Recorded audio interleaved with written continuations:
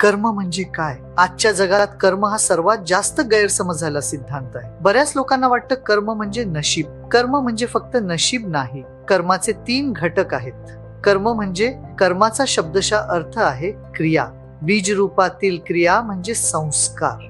सध्याची चालू क्रिया, जी क्रिया घडून गेली आहे आणि जी संस्कार म्हणून तिथे आहे, आणि भविष्यात येणारी क्रिया कारण त्याचं बीज आधीच अस्तित्वात आहे, त्यालाही कर्मच म्हणतात. क्रियेचा परिणाम किंवा प्रभाव म्हणजेच कर्म, कारण प्रत्येक कारण हे परिणाम बनतं आणि परिणाम हे कारण बनतं. जीवन हे वर्तुळाकार आहे, त्यामुळे जाणीवेतील संस्कार तुमच्या समोर तशाच परिस्थिती निर्माण करतील. म्हणूनच तुम्ही म्हणता की हे माझं कर्म आहे, कारण आता तुमच्यासोबत जे घडतंय ते फक्त आत्ताच घडत नाहीये. त्याची मुळं, त्याचे संस्कार तुमच्या स्वतःच्या जाणीवेत आहेत आणि त्यानेच तुमच्या भोवती तशी परिस्थिती निर्माण केली आहे. म्हणूनच तुम्ही म्हणता, अरे हे माझं कर्म आहे.